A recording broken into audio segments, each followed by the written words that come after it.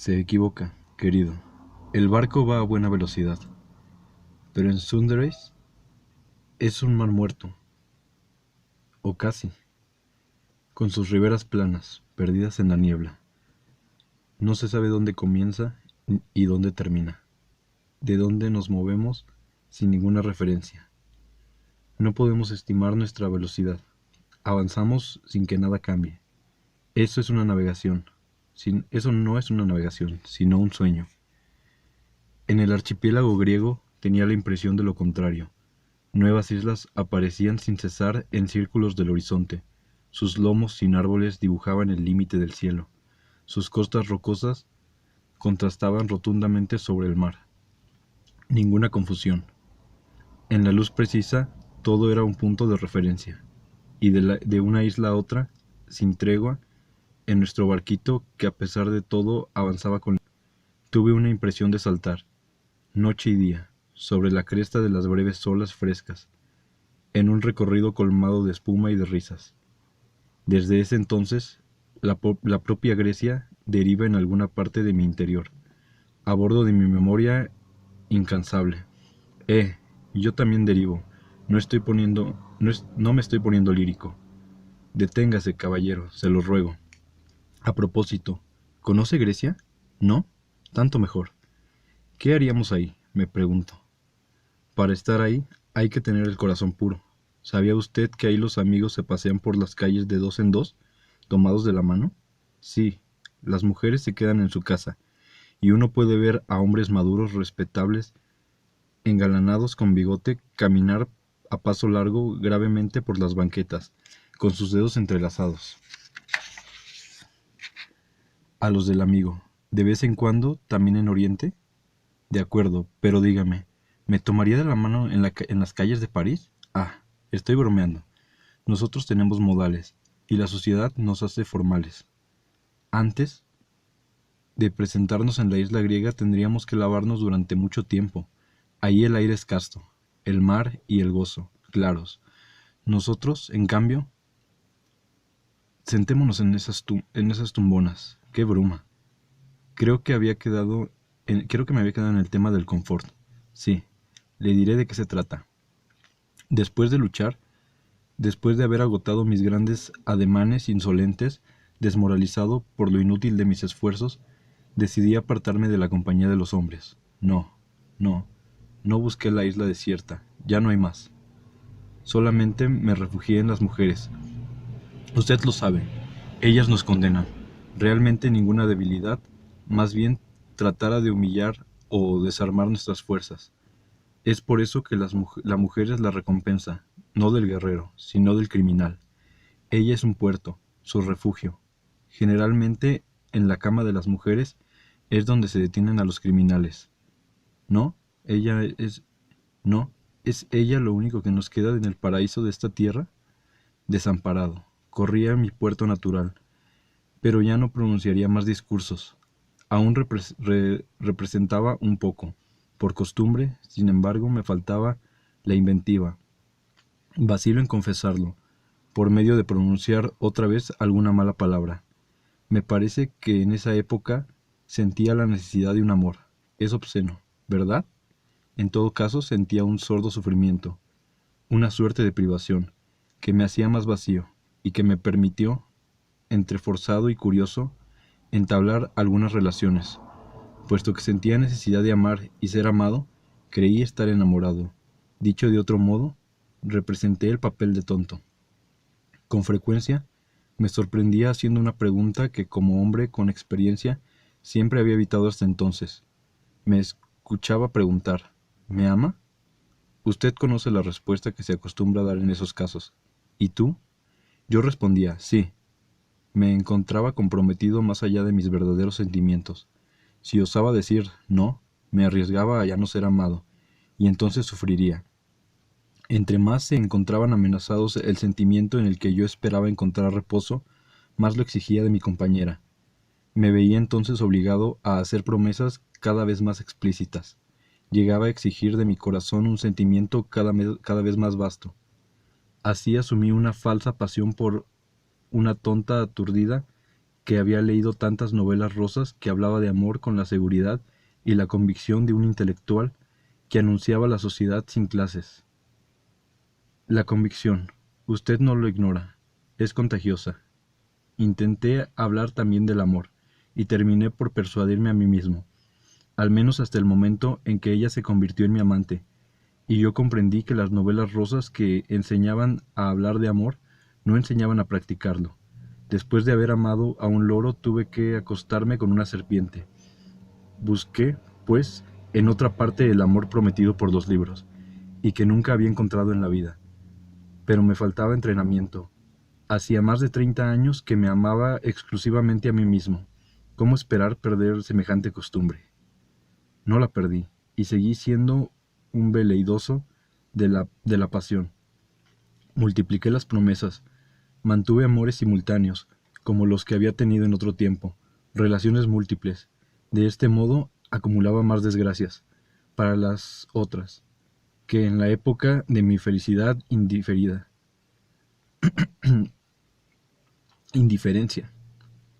Le comenté que mi loro desapareció, quiso dejarse morir de hambre. Por fortuna llegué a tiempo, y me resigné a tomarla de la mano hasta que encontré al ingeniero de sienes grises, quien regresaba de un viaje a Bali, y cuya descripción ella había leído en su revista favorita. En todo caso, lejos de verme transportado y absuelto en la eternidad, como dicen, de la pasión, aumentó el peso de mis faltas y mi confusión. Concebí tanto el horror por el amor que durante años no podía escuchar La vie en rose o La mort d'amour de Jesús sin rechinar los dientes. Intenté entonces denunciar a las mujeres de cierta manera y vivir en el estado de castidad. Después de todo, su amistad debía bastarme, pero eso equivalía a renunciar al juego. Fuera de eso, las mujeres me aburrían más allá de lo que podía esperar, y visiblemente yo también las aburría. Ya no más juegos, ya no más teatro. Sin duda estaba en lo cierto, pero la verdad, querido amigo, es abrumadora. Desesperanzado del amor y de la castidad, al fin me di cuenta de que me quedaba el libertinaje, que reemplaza muy bien al amor. Acalla las risas, restablece el silencio y, sobre todo, otorga inmortalidad. A cierto grado de embriaguez lucía acostado tarde en la noche entre dos muchachas y vacío de deseos. La esperanza ya no es tortura. Vea usted, la mente reina sobre el tiempo. El dolor de vivir queda definitivamente en el pasado. Es un sentido. En un sentido, había vivido siempre en el libertinaje, puesto que jamás dejé de querer ser inmortal. ¿No era ese en el fondo de mi naturaleza? Y también un efecto del amor a mí mismo del que hablaba. Sí, me moría de ganas de ser inmortal. Me amaba demasiado como para desear que el preciso objeto de mi amor no desaparecería jamás, como en estado de vigilancia. Y por poco que uno se conozca, no percibimos razones válidas para que se confiera la inmortalidad a un mono salaz. Es necesario procurarse sucedáneos de esa inmortalidad, puesto que deseaba la vida eterna. Me acostaba con putas y bebía todas noches enteras. Por supuesto, en las mañanas tenía en la boca un gusto amargo de la condición mortal, pero durante largas horas había estado en las nubes, feliz. ¿Me atrevería a confesarlo? Todavía recuerdo enternecido ciertas noches en las que iba a un sórdido establecimiento para encontrarme con una bailarina de burlesque, que me honraba con sus favores, y por cuya gloria una noche tuve que batirme contra un animal fanfarrón, muy pavoneada todas las noches junto al mostrador, bajo la luz roja y el polvo de ese lugar de delicias, mientras mentía como un sacamuelas y bebía larga y copiosamente. Esperaba el alba y terminaba por fin en la cama, siempre deshecha, de mi princesa, quien se entregaba mecánicamente al placer, y luego me dormía sin transición. El día llegaba suavemente para iluminar aquel desastre, y yo me elevaba, inmortal, en una mañana de gloria. El alcohol y las mujeres me procuraron, admitámoslo, el único alivio del que fuera digno. Le confieso este secreto. querido amigo, no tema hacer uso de él. Verá entonces que la verdadera depravación es liberadora, porque no crea ninguna obligación. Uno se posee más que a sí mismo, por lo tanto es la ocupación preferida de los grandes enamorados de sí mismo. Es una selva, sin futuro ni pasado, sobre todo sin promesas, ni sanción inmediata. Los lugares en los que se practica están separados del mundo. Al entrar ahí, dejamos tanto miedo como la esperanza. En esos lugares de conversación, la conversación no es obligatoria. Lo que uno va a buscar puede obtenerse sin palabras, e incluso con frecuencia, sí, sin dinero. Déjeme les ruego rendir un homenaje particular a las mujeres desconocidas y olvidadas que me ayudaron en aquel entonces, aunque hoy recuerde que aguardé de ellas una mezcla de algo similar al respeto. En todo caso, hice uso sin moderación de esta liberación. Incluso llegaron a verme en un hotel, consagrado a eso que llaman pecado, viviendo a la vez con una prostituta madura y con una joven de la mejor sociedad. Con la primera jugaba al caballo andante, y a la segunda la puse en condición de conocer algunas realidades. Por desgracia, la prostituta tenía una naturaleza muy burguesa. Aceptó al fin escribir sus memorias para un periódico religioso muy abierto a las ideas modernas. La joven, por su parte, se casó para satisfacer sus instintos desenfrenados y darle empleo a sus extraordinarias dotes.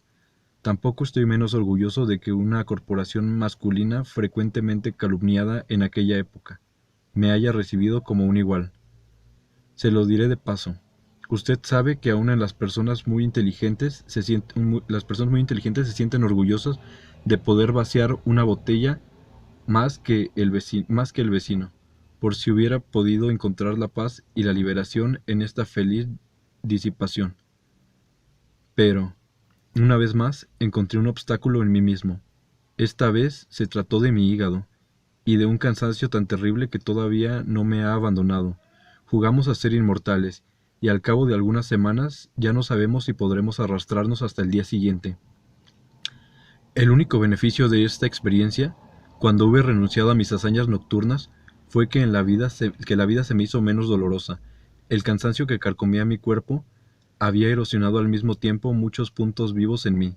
Cada exceso disminuía la vitalidad, y por lo tanto el sufrimiento. La depravación, contrariamente a lo que piensa, no tiene nada de frenético, no es más que un largo sueño. Usted debe haberlo notado. Los hombres que sufren realmente de celos no tienen un deseo más urgente que de acostarse con quienes piensan, sin embargo, que los han traicionado. Por, su- por supuesto que quieren asegurarse una vez más de que su querido tesoro todavía les pertenece. Quieren poseerlo, como dicen, pero también es cierto que, inmediatamente después, son menos celosos. Los celos físicos son producto de la imaginación, y al mismo tiempo son un juicio que uno hace de sí mismo. Atribuimos al rival los malos pensamientos que nosotros tuviéramos en las mismas circunstancias. Por fortuna, el exceso de gozo debilita tanto la imaginación como el juicio. Así el sufrimiento se adormece con la virilidad, y por lo tanto como ésta. Por las mismas razones, los adolescentes pierden la inquietud metafísica con su primera amante, y algunos matrimonios, que son depravaciones burocratizadas, se vuelven al mismo tiempo las monótonas carrozas fúnebres de la audiencia y la inventiva. Sí, querido amigo, el matrimonio burgués ha puesto a nuestro país en pantuflas, y muy pronto lo pondrá a las puertas de la muerte. ¿Exagero? No, pero me extravío. Solamente quería hablarle de la ventaja que obtuve de esos meses de orgía. Vivía en una suerte de neblina en donde la risa se ensordece hasta el punto en que yo acababa por no oírla más. La indiferencia que ya ocupaba tanto lugar en mí no encontraba más resistencia y extendía su esclerosis. Ya no tenía emociones, un humor parejo, o más bien, nada de humor. Los pulmones tuberculosos sanan al secarse y asfixian poco a poco a su feliz propietario. Así me ocurría, me moría tranquilamente de mi recuperación. Aún vivía de mi oficio, aunque mi reputación se viera muy afectada debido a mis desvíos del lenguaje.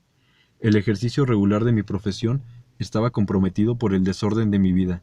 Sin embargo, es interesante notar que me criticaban menos por mis excesos nocturnos que por mis provocaciones del lenguaje. La referencia puramente verbal que a veces hacía a Dios en mis defensas provocaba desconfianza en mis clientes. Sin duda temía que el cielo no pudiera hacerse cargo de sus intereses con las mismas eficacias que un abogado invencible en la cuestión del código. De ahí a concluir que invocaba la divinidad en la medida de mi ignorancia. No había más que un paso. Mis clientes dieron ese paso, y se hicieron cada vez más raros. De vez en cuando seguía haciendo alguna defensa, incluso a veces, olvidado que ya no creía lo que decía, hasta abogaba bien. Mi propia voz me arrastraba, yo la seguía, sin realmente volar alto, como antes. Me elevaba un poco por encima del suelo, volaba al ras del suelo. En fin, fuera de mi profesión veía a poca gente. Conservaba la lamentable supervivencia de una o dos relaciones cansadas. Incluso hasta sucedía que pasaba noches de pura amistad, sin que interviniera el deseo, con la pequeña diferencia que, resignado al aburrimiento, apenas escuchaba lo que me decían. Engordé un poco, y al fin pude creer en la crisis que había terminado. Se trataba solo de envejecer. Pero un día, durante un viaje que ofrecía a una amiga, sin decirle que lo hacía para festejar mi recuperación, me encontraba a bordo de un transatlántico, con naturalidad en el que, con naturalidad en el puente superior, cuando de pronto divisé a lo lejos un punto negro sobre el océano color hierro. De inmediato aparté la mirada. Mi corazón se puso a latir con rapidez. Cuando me forcé a mirar de nuevo, el punto negro había desaparecido. Iba a gritar, a pedir ayuda de manera estúpida, cuando volví a verlo. Se trataba de uno de esos restos de los que los buques dejan atrás de sí. Sin embargo, no pude soportar mirarlo. Enseguida pensé en un ahogado. Entonces comprendí, sin rebelión alguna, cuando todos nos resignamos a una idea cuya verdad conocemos desde hace mucho tiempo, que ese grito que años atrás había resonado en el Sena a mi espalda no había dejado de vagar por el mundo, transportado por el río hacia las aguas de la Mancha, a través de la extensión ilimitada del océano, y que me había esperado hasta el día que me volví a encontrar con él. También comprendí que seguiría esperándome en los mares y los ríos, en fin, en todas partes en donde existiera el agua amarga de mi bautismo. Y dígame, ¿aún aquí no estamos sobre el agua? Sobre el agua clara, monótona, interminable, y que confunde sus límites con los de la tierra. ¿Cómo creer que vamos a llegar a Ámsterdam? Jamás saldremos de esta inmensa pila de agua bendita. Escuche, ¿no oye gritos de gaviotas invisibles? Si lanzan sus gritos hacia nosotros, ¿para qué nos llaman? Pero son las mismas que gritaban, que llamaban, ya en el Atlántico, el día en que comprendí definitivamente que no estaba curado, que seguía atrapado, y que debía arreglármelas como pudiera. No más vida gloriosa, pero tampoco más rabia y sobresaltos. Debía someterme y reconocer mi culpabilidad. Había que vivir en el mal confort. En verdad, usted no conoce la mazmorra que la Edad Media llamaba el mal confort.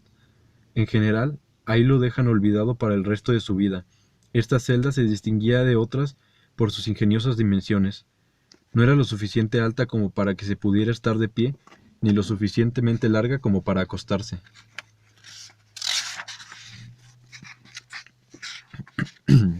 Había que permanecer incómodo, vivir en diagonal. El sueño era una caída, la vigilia estaba en cuclillas. Querido amigo, era ingenioso, y pesó bien mis palabras, en este hallazgo tan simple. Todos los días, debido a ese inalterable sometido que, que anquilosaba su cuerpo, el condenado se daba cuenta de que era culpable, y que la inocencia consistía en estirarse con alegría. ¿Podría imaginar en semejante celda a un aficionado a las cimas y a los puentes superiores de los barcos? ¿Cómo dice? ¿Que podría vivir en esa celda y ser inocente? Improbable. altamente improbable. De otro modo, mi razonamiento se haría trizas. Que la inocencia sea reducida a viaje jorobado. Me niego a considerar un solo segundo esa hipótesis. Por lo demás, no podemos afirmar la inocencia de nadie, mientras que podemos afirmar con seguridad la culpabilidad de todos. Cada hombre da testimonio del crimen de los otros. Esa es mi fe y mi esperanza. Créame, las religiones se equivocan en el instante en que comienzan a hacer la moral y fulminar los mandamientos. Dios no es necesario para crear culpabilidad ni para castigar a nuestros semejantes, ayudados por otros mismos, basta. Usted hablará del juicio final. Permítame reírme respetuosamente. Lo espero con impaciencia. Conocí algo peor, que es el juicio de los hombres. Para ello no hay circunstancias atenuantes. Incluso la buena intención la imputan al crimen. Por lo menos ha escuchado usted hablar de la celda de los escopitajos, que recientemente imaginó es un pueblo para probar que es más grande que la tierra. En una caja de mampostería en donde el prisionero está de pie, que no puede moverse. La puerta sólida que se cierra en su caparazón de cemento llega a las... Así solo se le ve la cara, sobre la que escupe abundantemente cada guardia que pasa. El prisionero atrapado en la celda no puede limpiarse, aunque es verdad que se le permite cerrar los ojos. Pues bien, querido señor, este es un invento de los hombres. No tuvieron necesidad de Dios para crear esta pequeña obra maestra. Entonces la única utilidad de Dios sería garantizar la inocencia, y yo consideraría la religión más bien como una gran empresa de limpieza, que de hecho es lo único que ha sido, pero brevemente durante 3 años con exactitud, y no se llamaba religión. Desde entonces faltaba el jabón. Tenemos la nariz sucia, y nos sonamos mutuamente. Todos malos alumnos, todos castigados, escupámonos unos a otros, y zas, al mal confort. La cuestión es saber quién será el primero en escupir. Eso es todo. Le voy a decir un gran secreto, mi estimado. No espere el juicio final. Sucede todos los días. No, no es nada. Tirito un poco a causa de la bendita humedad. De hecho, ya llegamos. Aquí. Después de usted. Quédese un poco más, por favor, y acompáñeme. No he terminado. Tengo que continuar. Continuar. Eso es lo difícil. Vea.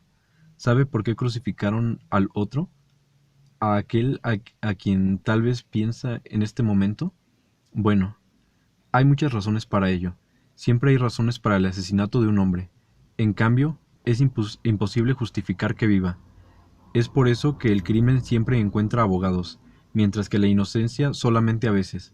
Pero aparte de las razones que nos han explicado de bien durante 2000 años, había una muy importante de esta espantosa agonía, y no sé por qué la esconden con tanto cuidado. La verdadera razón es que él mismo sabía que no era del todo inocente, sino pensaba que en él faltaba de qué se le acusaba. Había cometido otras, aunque ignoraba cuáles. ¿Las ignoraba realmente?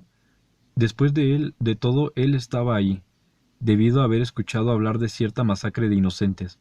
Los niños de Judea fueron exterminados mientras los padres de él lo llevaban a un lugar seguro. ¿Por qué murieron si no fuera por su causa? Él no lo había querido, por supuesto. Le horrorizaban esos soldados sanguinarios, esos niños cortados en dos, pero estoy seguro que tal como era, no podía olvidarlos. Y esa tristeza que adivinamos en todos sus actos, ¿no era la melancolía incurable de quien escucha en las noches la voz de Raquel, que gemía en sus pequeños y rezaba toda consuelo? La queja se elevaba en la noche. Raquel llamaba a sus hijos muertos, por él, y él seguía vivo, sabiendo que sabía, conociendo profundamente al hombre. ¿Quién hubiera creído que el crimen no consiste tanto en hacer morir que en no morir uno mismo? Enfrentando día y noche a su inocente crimen, se le hacía muy difícil mantenerse y continuar.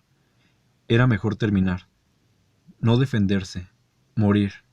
para no ser el único en vivir y para ir a otra parte, un lugar donde quizás recibiría apoyo. No lo apoyaron, él se quejó, y para acabar con todo lo censuraron. Sí, fue el tercer evangelista, creo, quien comenzó a suprimir su queja.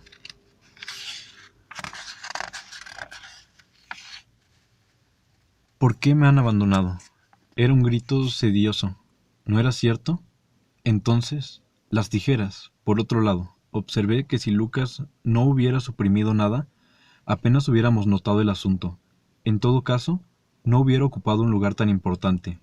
Así, el censor proclamaba lo que proscribe. El orador del mundo también es ambiguo. Eso no impide que el censurado no haya podido continuar. Y sé, querido amigo, de lo que hablo. Hubo un tiempo en el que cada minuto ignoraba cómo podría esperar el siguiente. Sí, en este mundo podemos hacer la guerra, fingir amor, torturar a nuestros semejantes, pavonearnos en los periódicos, o simplemente hablar mal del vecino mientras tejemos. Pero en ciertos casos, continuar, solamente continuar, es sobrehumano. Y él no era sobrehumano, puede creerme. Él gritó su agonía, y por eso lo amo, amigo mío, murió sin saber. Lo malo es que nos dejó solos para continuar, pase lo que pase, incluso si estamos instalados en el mal confort, sabiendo que a nuestra vez lo que él sabía, pero incapaces de hacerlo, lo que hizo ni de morir como él. Naturalmente que estamos de ayudarnos un poco con su muerte. Después de todo, fue un golpe maestro decirnos, no brillan. Bueno, es un hecho, y bien. Vamos a ver los detalles. Vamos a terminar esto de un golpe, en la cruz. Pero mucha gente sube ahora por la cruz solo para ser vistos desde más lejos, incluso si para ello es necesario patear un poco a quien se encuentra en ella desde hace tanto tiempo. Mucha gente ha decidido prescindir de la generosidad para practicar la caridad. Oh, qué injusticia se hizo con él, y cómo me oprime el corazón. Vamos, empiezo de nuevo.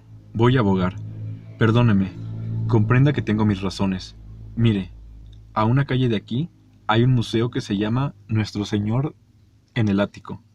En aquella época había colocado sus catacumbas bajo los tejados. ¿Qué quiere usted?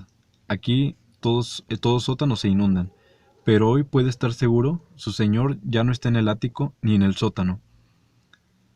En el secreto de su corazón lo encarnaron sobre un tribunal y golpean y golpean, sobre todo juzgan en su nombre, pero él habla suavemente a la pecadora. Yo tampoco te condeno. Eso no tiene importancia. Ellos condenan y no absuelven a nadie. El se- el nombre del en el nombre del Señor. Ahí lo tiene. ¿Señor? Él no pedía tanto, amigo mío. Él quería que lo amaran, nada más. Por supuesto que hay personas que lo aman, aún entre los cristianos, pero se puede contar con los dedos de la mano. Por otro lado, él lo había previsto, tenía sentido del humor. Pedro, usted sabe, el cobarde. Pedro entonces reniega de él. No conozco a este hombre, no entiendo lo que quiere decir, etc. En realidad exageraba. Y le hace un juego de palabras. Sobre esta piedra edificaré mi iglesia. No se podía llevar más lejos a la ironía, ¿no le parece? Pero no, sigue triunfando. Vean ustedes, él lo había dicho. En efecto, lo había dicho y conocía bien la cuestión. Y luego él se fue para siempre y los dejó y los dejó juzgar, condenar, con el perdón en la boca y la sentencia en el corazón. ¿Por qué no podemos decir que ya no hay piedad? No porque los dioses, no, no, no, que ¿por qué no podemos decir que ya no haya piedad? No, por los dioses. No dejamos de hablar de ella. Sencillamente, no se absuelve a nadie. Los jueces pululan sobre la ignorancia muerta, jueces de todas las razas, los de Cristo y los del Anticristo, que de hecho son los mismos, reconciliados en el mal confort, porque no hay que agobiar solo a los cristianos, los otros también están en el ajo. ¿Sabe usted en qué se convirtió? En esta ciudad, en una de las casas que albergó a Descartes. Un asilo de locos, sí. Es el delirio general y la persecución. Nosotros también. Naturalmente, nos vemos forzados a participar. Se habrá podido dar cuenta de que no perdono nada, y de que por otra parte usted piensa más o menos lo mismo, de modo que puesto que todos somos jueces, todos somos culpables los unos frente a los otros, todos, todos Cristos, a nuestra mala manera, crucificados uno a uno, y siempre sin saber. Al menos lo seríamos si yo, Clemens, no hubiera encontrado la salida, la única solución, al fin la verdad. No, ya me callo, querido amigo, no tema. De hecho, lo voy a dejar. Ya estamos frente a mi puerta, en la soledad, y con ayuda de la fatiga. ¿Qué quiere? De buena gana, uno se considera un profeta. Después de todo, soy exactamente eso, refugiado en un desierto de piedras, de bruma, de agua podrida, profeta vacío en tiempos mediocres, Elías sin Mesías, borrado de fiebre y de alcohol, borracho de fiebre y de alcohol, con la espalda pegada en esta puerta enmohecida, con el dedo alzado hacia el cielo bajo, cubriendo de imprecaciones a los hombres sin ley que no pueden soportar ningún juicio. Porque no pueden soportar, querido amigo. Esa es toda la cuestión. Quien adquiere una ley no teme al juicio, que lo vuelve a situar en el orden que cree. Pero el mayor de los tormentos humanos consiste en ser juzgados sin ley. Sin embargo, padecemos ese tormento, privados de su freno natural. Los jueces, desencadenados al azar, redoblan sus esfuerzos. Entonces debemos tratar de ir más rápido que ellos, ¿no es cierto? Y en un zafarrancho, es el zafarrancho, los profetas y los curanderos se multiplican, se apuran para llegar con la buena ley y con la organización impecable antes de que la tierra quede desierta. Por fortuna yo sí llegué. Soy el principio y soy el fin. Yo anuncio la ley. En fin, soy el juez penitente. Sí, sí. Mañana le diré en qué consiste ese bello oficio. Usted se va pasado mañana, entonces tenemos prisa. Venga a mi casa. ¿Quiere? Toque 3 veces. ¿Regresa a París? París está lejos. París es hermoso. No lo he olvidado. Recuerdo sus crepúsculos en esta época. Más o menos. Cae la noche, seca y crepitante, sobre los techos azules de humo. La ciudad resuena sigilosamente. El río parece remontar su curso. Entonces, yo vagaba por las calles. Ellos también vagan ahora, lo sé. Vagan fingiendo apurarse hacia la mujer hastiada, hacia la casa severa. Ah, amigo mío, ¿sabe lo que es la criatura solitaria que vagabundea en las grandes ciudades? Me siento muy apenado de recibirlo acostado. No es nada. Un poco de fiebre que curo con ginebra. Estoy acostumbrado a estos accesos. Creo que fue el paludismo que contraje cuando era papa. No, no bromeo, más que a medias. Sé lo que está pensando. Es muy difícil distinguir lo verdadero de lo falso en lo que le digo. Confieso que tiene razón. Yo mismo, vea usted, a una persona de mi círculo dividida en 3 categorías. Quienes prefieren no tener nada que ocultar antes que verse obligados a mentir. Quienes prefieren mentir antes que no tener algo que ocultar. Y en fin, a quienes les gusta al mismo tiempo la mentira y el secreto. Le dejo elegir la casilla que más conviene. Después de todo, ¿qué importa? Las mentiras conducen finalmente a la vía verdadera. En mi historia, verdadera o falsa, ¿no tienen todas hacia el mismo fin? ¿No tienen todas el mismo sentido?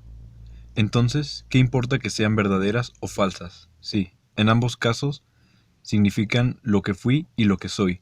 A veces más claro es el que miente que el que dice la verdad. La verdad, como luz, enceguece. La mentira, en cambio, es un hermoso crepúsculo que pone cada objeto en su valor. En fin, tómelo como quiera. Pero fui nombrado papa en un campo de prisioneros. Le ruego que se siente. Usted mire esta recámara, desnuda, es cierto, pero limpia. Un vermer sin muebles, ni cacerolas, sin libros tampoco. Dejé de leer hace mucho tiempo. Antes mi casa estaba llena de libros leídos a medias. Eso es tan repugnante como esas personas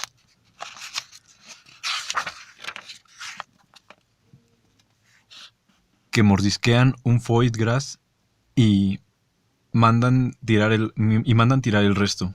Por otro lado, a mí solo me gustan las confesiones y los autores de confesiones. Escriben sobre todo para confesarse, para no decir nada de lo que saben, cuando pretenden pasar a las confidencias en el momento de desconfiar. Van a maquillar el cadáver. Créame, soy Ofebre. Entonces, corté por lo sano. No más libros, no más objetos vanos, tampoco lo estrictamente necesario. Limpio, ilustrado, como un féretro. De hecho, en estas camas holandesas tan duras como con sábanas inmaculadas, ahí se muere. Ya no es mortaja, embalsamado de pureza. ¿Tiene curiosidad por conocer mis aventuras pontificias? Ha de saber que no hay nada más banal. ¿Tendré la fuerza para hablarle de ellas? Sí, me parece que la fiebre disminuye. Hace ya tanto tiempo de ello. Fue en África, donde gracias al señor Rommel ardía la guerra. Yo no estaba involucrado. No, puede estar seguro. Ya había terminado con la de Europa. Me movilizaron, por supuesto, pero nunca vi el fuego. En un sentido, lo lamento. Quizá eso hubiera cambiado muchas de las cosas.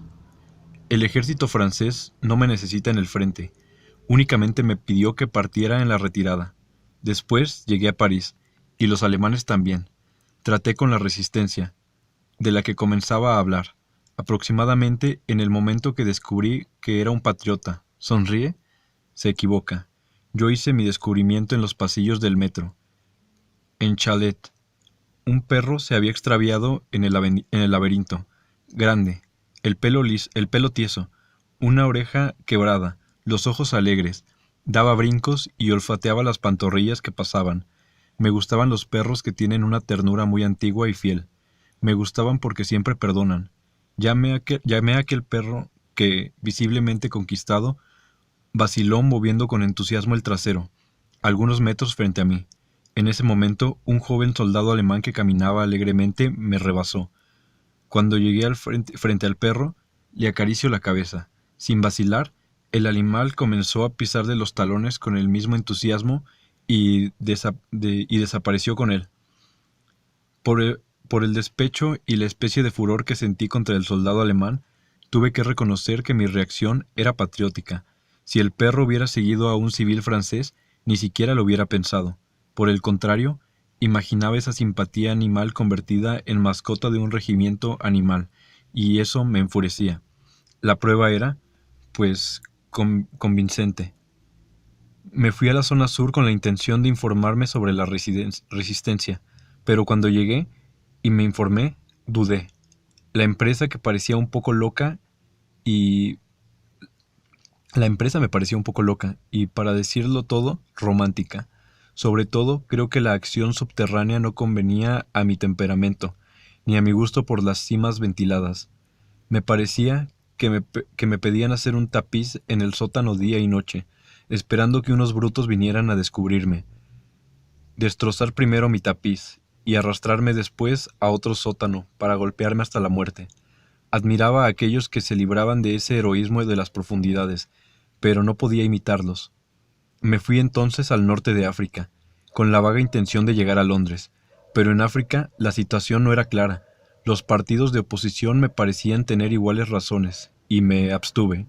Veo por su cara que, según usted, paso muy rápido de esos detalles que tienen sentido, y bien digamos que, juzgándolo a usted en su verdadero valor, los pasos rápidos para quien los advierta mejor. Lo cierto es que al final llegué a la República Tunesia, donde una tierna amiga me garantizaba trabajo. Esta amiga era una criatura muy inteligente, que se ocupaba de la sala de cine. La seguí a Túnez. No conocí su verdadero oficio hasta los días que siguieron al desembarcadero de los aliados en Argelia. Los alemanes la arrestaron ese día y también, pero sin... y- los alemanes la arrestaron ese día, y a mí también, pero sin quererlo.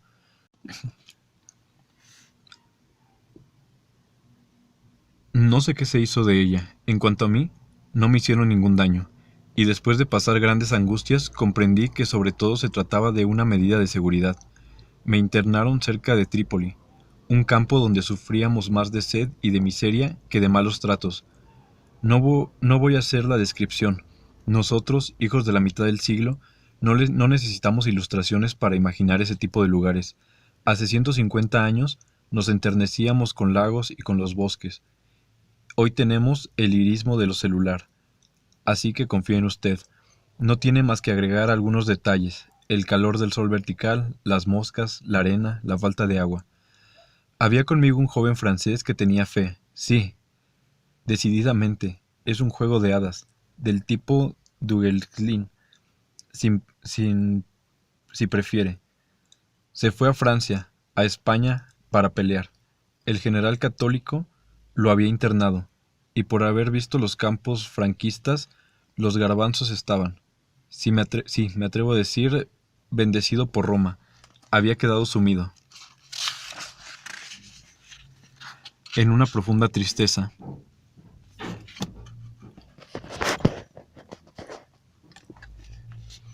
Ni el cielo de África, donde había ido a parar enseguida, ni los pasatiempos del campo pudieron sacarlo de esa tristeza. Pero sus reflexiones y también el sol lo habían sacado un poco de su estado normal. Un día en que bajo una tienda que chorreaba plomo fundido, la decena de hombres que éramos jadeaba entre las moscas, el joven renovó sus diatribas contra aquel quien llamaba el romano. Él nos miraba con aire extraviado, con una barba de varios días. Su torso desnudo estaba cubierto de sudor, sus manos tamborileaban sobre el teclado visible de sus costillas. Nos manifestaba que hacía falta un nuevo papa, que viviera entre los desdichados, en lugar de rezar sobre el trono, y que, entre más pronto apareciera, mejor. Nos miraba fijamente con los ojos extraviados, y sacudiendo la cabeza. Sí, repetía lo más rápido posible. Luego se calmó y con voz lúgubre dijo que había que elegirlo entre nosotros. Tomar a un hombre completo, con sus defectos y sus virtudes, jurarle obediencia, con la única condición de que él aceptara mantener viva en él y en los demás la comunidad de nuestros sufrimientos. ¿Quién entre nosotros dice que tiene más debilidad? Por broma, levanté el dedo. Fui el único en hacerlo. Bien, Jean-Baptiste servirá. No, no dijo eso porque entonces yo tenía otro nombre. Por lo menos declaró que designarse como yo lo había hecho suponía la mayor de las virtudes, y propuso que me eligieran. Los otros asintieron por juego, aunque con un resto de gravedad. La verdad es que Dunglensklin nos había impresionado. Incluso me pareció que yo no reía en modo alguno. Me pareció primero que mi pequeño profeta tenía razón, y luego el sol, los trabajos extenuantes, la lucha por el agua, y en fin, no estábamos en nuestros cabales. A pesar de ello, ejercí mi pontificiado durante varias semanas, y cada vez con mayor seriedad. ¿En qué consistía? Vaya, yo era algo así como el jefe del grupo, o el secretario de la célula. De todas formas, los otros, e incluso quienes no tenían fe, tomaron la costumbre de obedecerme. Dunkelstein sufría y yo admiraba su sufrimiento. Entonces me di cuenta de que no era fácil ser papa, como se cree, y ayer volví a recordarlo, después de haber hecho tantos discursos desdeñosos sobre los jueces, nuestros hermanos. En el campo el gran problema era la distribución del agua. Se formaron otros grupos, políticos y confesionales, y cada uno favorecía a sus camaradas. Por lo tanto, me vi en la necesidad de favorecer a los míos, lo que ya era una pequeña concesión. Aún entre nosotros pude mantener una perfecta igualdad, según el estado de mis compañeros o del trabajo que tenían que hacer. Le daba ventaja a uno u a otro. Estas diferencias llevaban lejos. ¿Puede creerme? Pero en definitiva, estoy cansado, y no tengo ganas de pensar en esa época. Digamos que cerré el círculo el día que bebí el agua de un compañero que agonizaba. No, no era Dunglenskin. Creo que él ya estaba muerto. Se privaba demasiado. Aparte, si hubiera estado ahí, por el amor que le tenía, hubiera resistido más tiempo. Por lo que quería, sí, lo que quería. O al menos eso me parecía. Pero bebí el agua. Eso es seguro, porque me persuadí de que los otros me necesitaban, más que por el que todas las formas por el de que todas formas iba a morir. Yo debía conservarme para ellos. Es así, querido amigo, como nacen los imperios y las iglesias, bajo el sol de la muerte. Y para corregir un poco mis palabras de ayer, le voy a decir la gran idea que tuve cuando hablaba de todo esto. Ya no sé si lo viví o lo soñé. Mi gran idea es que hay que perdonar al Papa. Primero, él ya no necesita a nadie. Después, es la única manera de ponerse por encima de él. Oh, ¿cerró usted bien la puerta? Sí, asegúrese, por favor. Disculpe, tengo el complejo del cerrojo. Cuando me voy a dormir, nunca sé si puse el cerrojo. Todas las noches debo levantarme a comprobarlo. Nunca estamos seguros de nada, ya se lo dije. No crea que esta inquietud por el cerrojo es una reacción de mi propietario asustado. Antes no cerraba mi departamento con llave, ni mi carro, no guardaba mi dinero, no me importaba lo que poseía. A decir verdad, poseer me daba un poco de vergüenza. ¿Acaso no me sucedía que en mis discursos mundanos exclamaba con convicción: la propiedad, señores, es un asesinato? No teniendo el corazón lo suficientemente grande para compartir mis riquezas con un pobre que las merecía, las dejaba a disposición de los ladrones eventuales, con la esperanza de que el azar corrigiera así la injusticia. Por lo demás, hoy ya no poseo nada, así que ya no me preocupo de mi seguridad, sino de mí mismo, de mi presencia, de mi espíritu. También me gusta clausurar la puerta del pequeño universo hermético del que soy rey, el Papa y el juez. A propósito, ¿puede abrir ese armario, por favor? Ese cuadro, sí, mírelo, ¿no lo reconoce? Son los jueces justos. ¿No se sobresalta? ¿Será que su cultura tiene lagunas? Sin embargo, si leyera los periódicos, se acordaría del robo, en 1934, en Gante, en la catedral de Saint-Bavon, en una de las tablas del famoso retablo de Van Eyck, la adoración del Cordero Místico. Esa tabla se llamaba Los Jueces Justos. Representaba jueces a caballos que venían a adorar al santo animal. Lo reemplazaron por una excelente copia,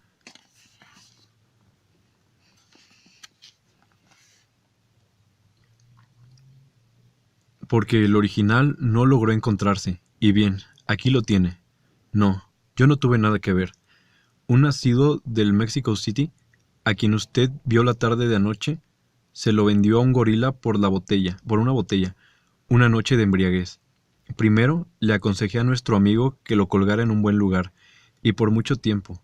Y mientras que lo buscaban por todo el mundo, nuestros jueces devotos reinaron en Mexico City, por encima de los borrachos y los proxenetas. Luego, a instancias mías, el gorila lo dejó aquí, en el depósito. Se resistió un poco a hacerlo, pero se asustó cuando le expliqué el asunto. Después, entonces, estos estimables magistrados son mi única compañía. Allá por encima del mostrador, habrá podido ver el vacío que dejaron. ¿Por qué no devolví la tabla? Usted tiene reflejos de policía.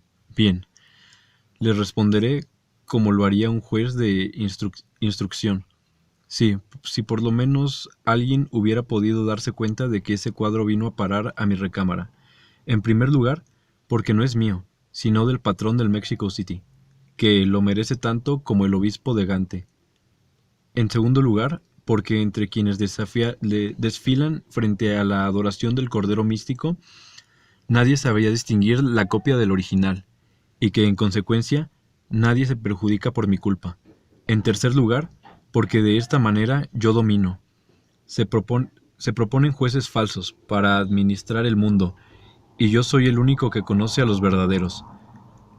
En cuarto, en cuarto lugar, porque así tengo una oportunidad de ir a prisión, una idea tentadora en cierto sentido. En quinto lugar, porque esos jueces van a la cita con el Cordero, siendo que ya no hay Cordero ni inocencia, y que en consecuencia, el hábil bandido que robó la tabla era instrumento de la justicia desconocida, a la que no conviene contrariar. Al fin, porque de esta manera estamos en orden, puesto que la justicia está definitivamente separada de la inocencia, está sobre la cruz, aquella en el armario. Tengo el campo libre para trabajar según mis convicciones. Puedo ejercer con buena conciencia la difícil profesión de juez penitente, en donde me establecí después de tantos sinsabores y contradicciones. Y ya es hora, puesto que usted se marcha, de que diga por fin en qué consiste. Antes, permítame que le enderece para respirar mejor. Oh, de que me enderece para respirar mejor.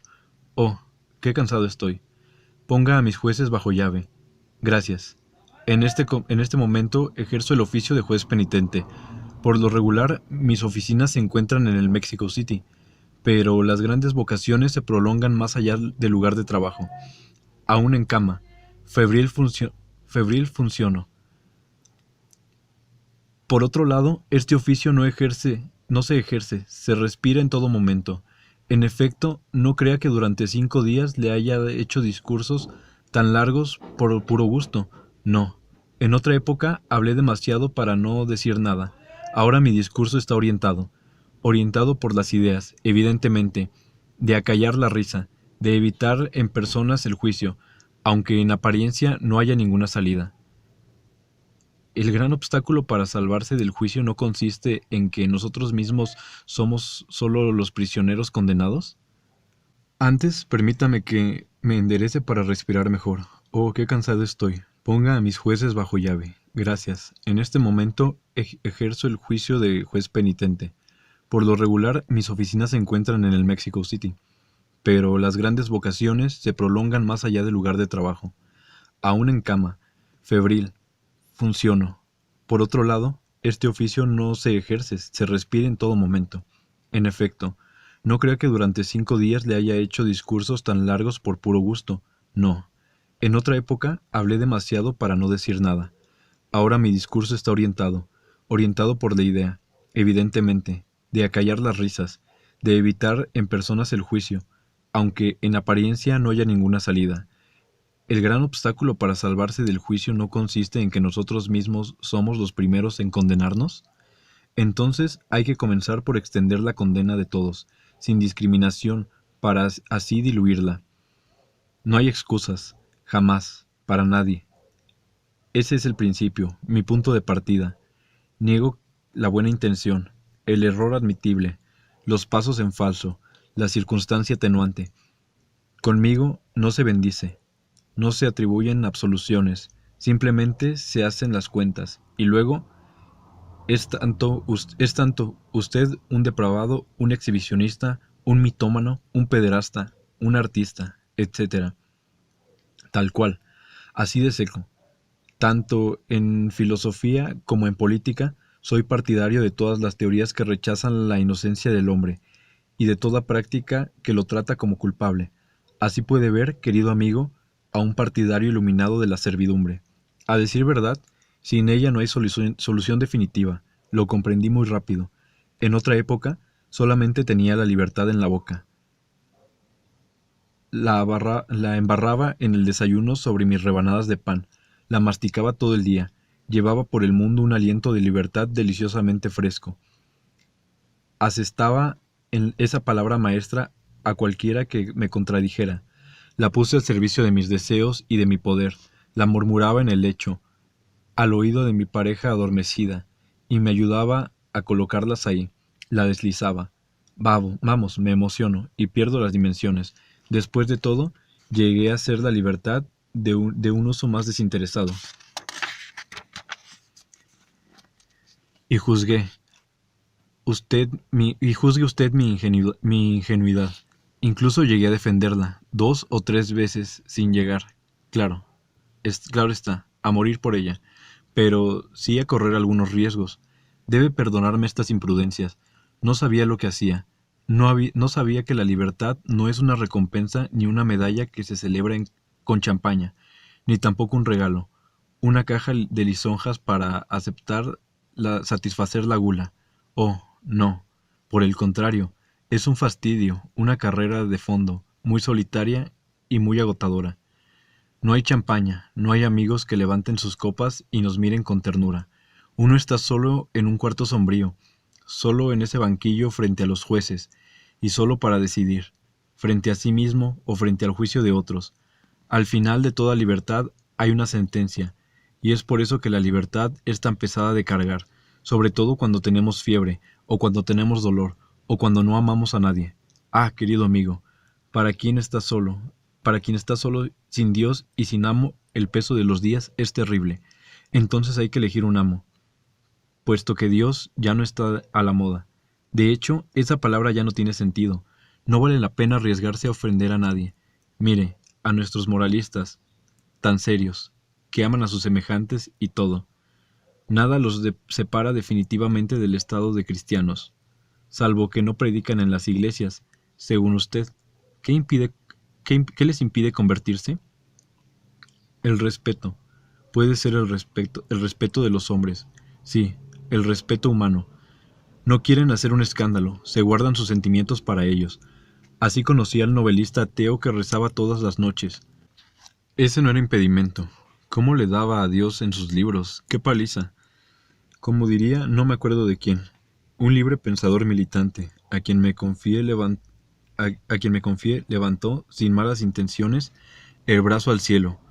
Usted no me enseña nada, suspiraba este apóstol, todos son así.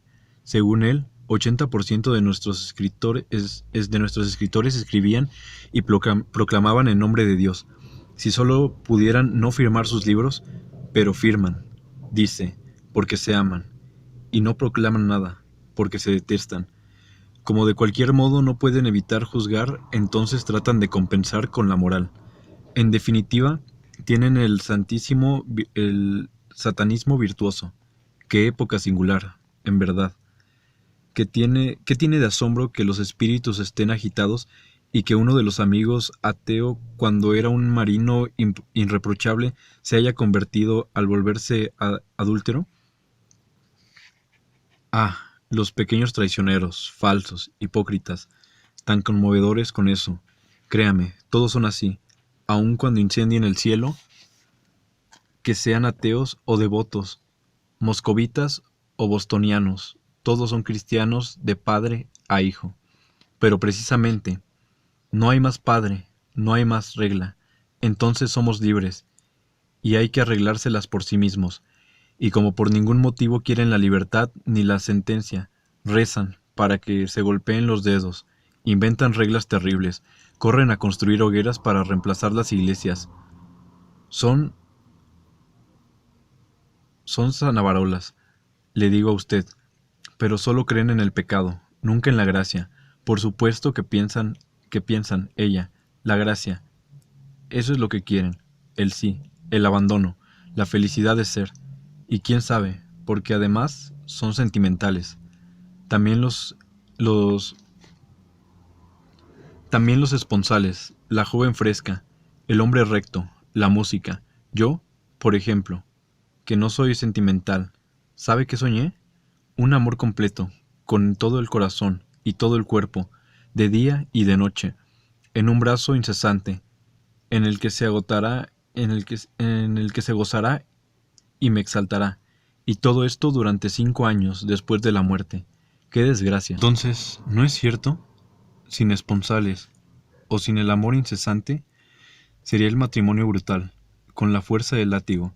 Lo esencial es que todo se vuelva sencillo, como para el niño, que cada acto sea condenado, que el bien y el mal sean señalados de forma arbitraria, y por lo tanto, evidente. Y yo, por siciliano y javanés que sea, estoy de acuerdo, que no haya cristianos mediocres, aunque sienta precio por el primero de ellos. Pero en los puentes de París también me di cuenta que tenía miedo a la libertad. Que viva el amo, quien quiera que sea, que reemplace la ley del cielo. Padre nuestro que estás temporalmente aquí, nuestros guías, nuestros jefes, deliciosamente severos, conductores crueles y amados. En fin, ya ve usted, lo esencial que es dejar de ser libre y obedecer en el arrepentimiento a quien es más astuto que uno. Cuando todos seamos culpables, será la democracia, sin contar, querido amigo, que hay que vengarse de tener que morir solo. La muerte es solitaria, mientras que la servidumbre es colectiva. Los otros también tuvieron lo suyo, y al mismo tiempo que nosotros, eso es lo importante.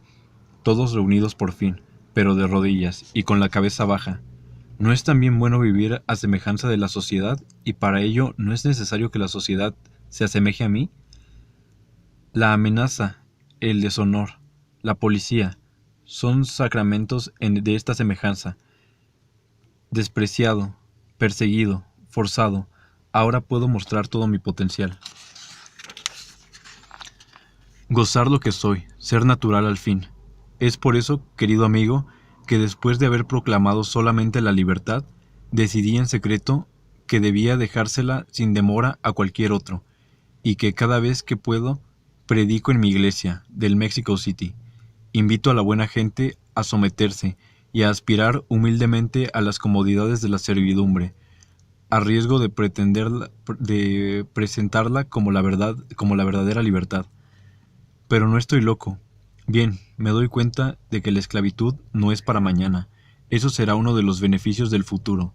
Eso es todo. Mientras tanto, debo arreglármelas con el presente y buscar una solución, al menos temporal. Tuve, pues, que encontrar otra manera de extender el juicio a todo el mundo, para hacerlo más liviano sobre mis hombros, y encontré esa manera. Le ruego que abra un poco la ventana. Ahí hace un calor inconcebible. No, no mucho, porque también tengo frío. Mi idea es sencilla y fecunda a la vez. Pero ¿cómo hacer participar a todo el mundo para que no tenga el derecho a secarse el sol? ¿Subiría al púlpito, como muchos de mis ilustres contemporáneos, para maldecir a la humanidad? Muy peligroso. Un día, una noche, una risa estalla sin aviso previo. La sentencia que lanzamos sobre los otros termina por volvérsenos derecho a la cara, y causa algunos estragos. Entonces, dice usted, y bien, esa genialidad, descubrí que esperamos la llegada de los amos, y de sus varas debíamos, como Copérnico, invertir el razonamiento para triunfar, puesto que uno no puede condenar a los otros sin inmediatamente juzgarse. Había que abrumarse uno mismo para tener el derecho de juzgar a los demás, puesto que todo juez termina un día siendo penitente. Había que tomar el camino en sentido inverso y hacer oficio de penitente para poder terminar siendo juez. ¿Me sigue? Bueno, pero para ser todavía más claro, le voy a decir cómo trabajo. Primero, cerré mi despacho de abogado, salí de París, viajé, busqué establecerme bajo otro nombre, en algún lugar en donde faltara la ocasión de ejercer mi profesión. Hay muchos en el mundo, pero el azar, la comodidad, la ironía y también la necesidad de cierta mortificación me hicieron elegir una capital de aguas y de bruma. Y de brumas. Encorsetado de canales, particularmente congestionada, y visitada por hombres venidos del mundo entero. Instalé mi despacho en un bar del barrio de marineros. La clientela de los puertos es variada. Los pobres no van a los barrios lujosos, mientras que las personas de calidad terminan siempre por ser arrastradas, una vez al menos, ya lo ha visto, a lugares de mala fama. Acecho en particular al burgués y al burgués que se extravía. Es con él con quien alcanzo mi pleno rendimiento. Como buen virtuoso, le arranco las notas más refinadas. Así, desde hace algún tiempo, ejerzo en el Mexico City. Mi útil profesión consiste primero, como usted ya pudo observar, en practicar la confesión pública con la mayor frecuencia posible. Me acuso a lo largo y ancho. No es difícil, ahora tengo memoria. Pero cuidado, no me acuso burdamente, con grandes golpes sobre el pecho. No, yo navego con suavidad. Multiplico los matices, también las digregaciones. En fin, adapto mi discurso al público. Llevo a este último a encarecerse. Mezclo lo que me concierne y lo que atañe a los demás. Tomo los rasgos comunes, las experiencias que hemos sufrido juntos, las debilidades que compartimos, el buen tono, en fin, el hombre del día tal como se da en mí y en los otros. Con eso elaboro un retrato, que es el de todos y el de nadie. Una máscara, en suma muy parecida a la del carnaval, a la vez fiel y simplificada, y frente a la cual uno dice, vaya, a este ya lo había visto. Cuando el retrato está terminado, como esta noche, Le muestro lo lleno de la desolación. Esto, ay, es lo que soy. Y termina la acusación. Pero al mismo tiempo, el retrato que tiendo a mis contemporáneos se convierte en un espejo. Cubierto de cenizas, me arranco lentamente el cabello, el rostro, surcado por las uñas. Pero la mirada penetrante, me sitúo delante de la humanidad entera, mientras recapitulo mis vergüenzas, sin perder de vista el efecto que produzco, y digo, yo era el último de los últimos. Entonces, imperceptiblemente, en mi discurso, paso del yo al nosotros, y cuando llego al esto es lo que somos, ya está, puedo decirle sus verdades. Yo soy como ellos, por supuesto, estamos en el mismo barco. Sin embargo, yo tengo una superioridad, la de saberlo, lo que me da derecho a hablar. ¿Puede ver la ventaja? Estoy seguro. Cuando más me acuso, más derecho tengo de juzgarlo a usted. Mejor aún, lo provoco a que se juzgue usted mismo, lo que me alivia todavía más. Ah, querido amigo, somos extrañas, miserables criaturas, y por poco que examinemos nuestra vida, no falta la ocasión de asombrarnos y escandalizarnos nosotros mismos. Inténtelo. Tenga por seguro que escucharé su propia confesión, con un gran sentimiento de fraternidad. No se ría. Si usted es un cliente difícil, sí, usted es un cliente difícil. Lo vi desde el primer momento, pero ya se hará las ideas, es inevitable. La mayoría de los otros son más sentimentales que inteligentes. Se desorientan enseguida. Con los inteligentes es cuestión de tiempo. Basta con explicarles el método a fondo. No olvidan, reflexionan. Un día u otro. A medias por un juego y a medias por la desesperación. Terminan por confesar. Usted no es solamente inteligente, tiene el aspecto de ser experimentado. Sin embargo, admita que se siente, hoy, menos contento de usted mismo que hace 5 días. Ahora esperaré a que me escriba o que regrese. Por regresar, estoy seguro, me encontrará inalterado. ¿Y por qué cambiaría puesto que he encontrado la felicidad que me conviene?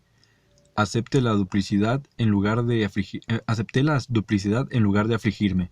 Por el contrario, me instalé en ella, y allí encontré el bienestar que busqué toda mi vida. En el fondo me equivoqué cuando le dije que lo esencial era evitar el juicio. Lo esencial es poder permitírselo todo, a riesgo de manifestarse, de vez en cuando, y a voz en los cuellos, la propia indignidad. Me permito todo de nuevo, y esta vez sin reír. No cambié de vida. Sigo amándome y sirviéndome de los demás. Solo la confesión de mis faltas me permite volver a comenzar de manera más ligera y gozar 2 veces, primero de mi naturaleza y luego del encanto del arrepentimiento. Desde que encontré mi solución, me abandono a todo, a las mujeres, al orgullo, al tedio, al resentimiento y hasta la fiebre que en este momento siento subir con placer. Por fin reino, pero para siempre. Otra vez me encontré en una cima, a donde soy el único en subir, y desde donde puedo juzgar a todo el mundo. A veces cuando la noche es verdaderamente hermosa, escucho una risa lejana, y vuelvo a dudar, pero enseguida sofoco todas las cosas, criaturas y creación, bajo el paso de mi propia enfermedad, y heme de nuevo recuperado. Esperaré, pues, sus respetos en el Mexico City, tanto tiempo como sea necesario. Pero quite esa manta, quiero respirar. ¿Vendrá, cierto? Incluso le mostré los detalles de mi técnica, porque tengo cierto afecto por usted. Me verá como les enseño a lo largo de la noche, que son infames. De hecho, desde esta noche vuelvo a comenzar. No puedo prescindir, ni puedo privarme de los momentos en los que ellos se desploman. Esperaré, pues, sus respetos en el Mexico City, tanto tiempo o como sea necesario. Pero quite esa manta, quiero respirar. ¿Vendrá, cierto? Incluso le mostré los detalles de mi técnica, porque tengo cierto afecto por usted. Me verá como les enseño, a lo largo de la noche, que son infames. De hecho, desde esta noche vuelvo a comenzar. No puedo prescindir, ni puedo privarme de esos momentos en los que uno de ellos se desploma, ayudado por el alcohol, y se golpea en el pecho. Y entonces me engrandezco, querido amigo, engrandezco, respiro libremente. Estoy en la cima de la montaña y la llanura se extiende bajo mis ojos. Qué embriaguez sentirse Dios, Padre, y distribuir los certificados definitivos de la mala vida y las malas costumbres. Presido entre mis ángeles malos, la cima del cielo holandés. Veo subir hacia mí la salida de las brumas y del agua, la multitud del juicio final. Asciende lentamente. Ya veo llegar al primero de ellos, sobre su rostro extraviado. A medias, oculto detrás de una mano, leo la tristeza de la condición común y la desesperación de no poder escapar de ella. Y yo me compadezco sin absolver, comprendo sin perdonar, y sobre todo, siento al fin que me adoran. Sí, me agito. ¿Cómo podría quedarme tranquilamente acostado? Tengo que estar más arriba que usted. Mis pensamientos se elevan. Esas noches, mejor dicho, esas mañanas, porque la caída se reduce al alba, salgo, ando a lo largo de los canales con paso enfurecido. En el cielo pálido, las capas de las plumas adelgazan, las palomas se elevan un poco y la luz rosada anuncia al ras de los tejados un nuevo día de mi creación.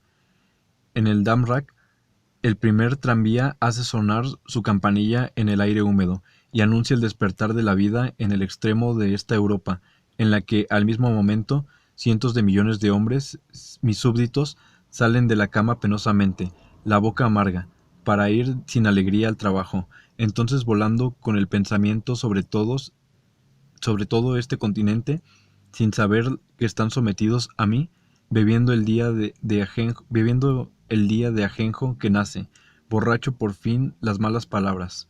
Soy feliz, le digo, le prohíbo, no creer que soy feliz, a morir. Oh, sol, playas y las islas bajo los alisos, juventud cuyo recuerdo desespera. Me vuelvo a acostar, discúlpeme. Temo haberme exaltado. Sin embargo, no lloro. A veces nos confundimos.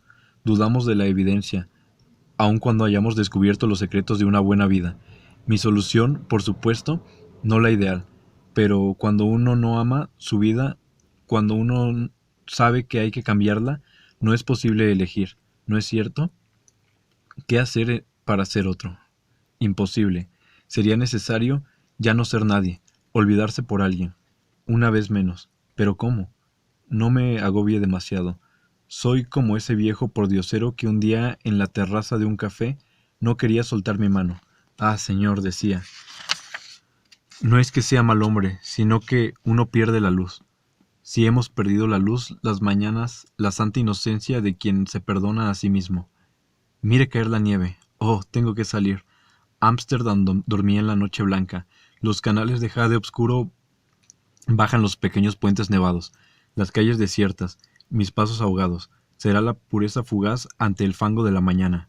Mire los enormes copos que se estrellan contra los cristales. Seguramente son las palomas. Por fin se deciden a bajar esas queridas amigas. Cubren las aguas y los tejados de una espesa capa de plumas. Palpitan en todas las ventanas. ¡Qué invasión! Esperemos que traigan una buena nueva. Todo el mundo se salvará, ¿eh?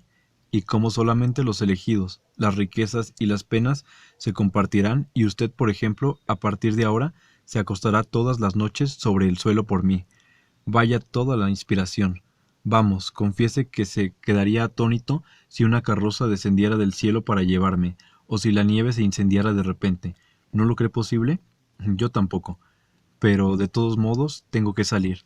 Bueno, me quedo tranquilo. No se preocupe. De hecho, no confíe demasiado en mis enternecimientos, ni en mis delirios. Están guiados. Mire ahora que va a hablarme de usted. Quiero saber si logré una de las metas de mi apasionante confesión.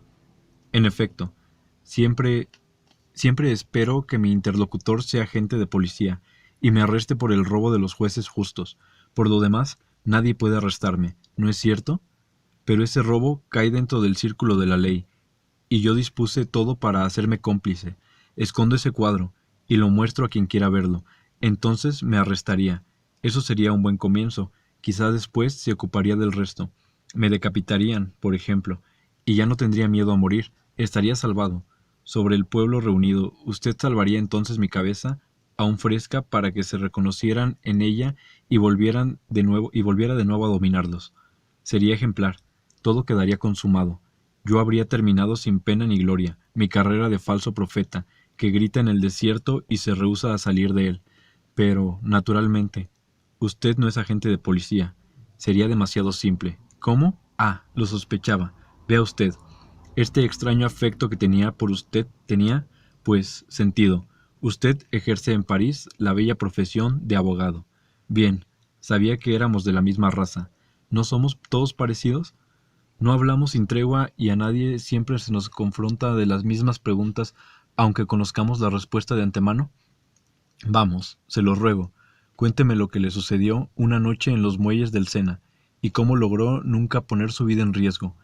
Pronuncie usted mismo las palabras que desde hace años no ha dejado de resonar en mis noches, y que al fin diré por su boca. Oh, muchacha, arrójate otra vez al agua para que yo tenga una segunda oportunidad de salvarnos a ambos. Una segunda vez. ¿Eh? ¡Qué imprudencia! Supongo, querido señor letrado, que nos toma la palabra. Habría que cumplir. Brr, el agua está fría. Pero tranquilicémonos, no. Tranquilicémonos. Ahora es demasiado tarde. Siempre será demasiado tarde. Felizmente.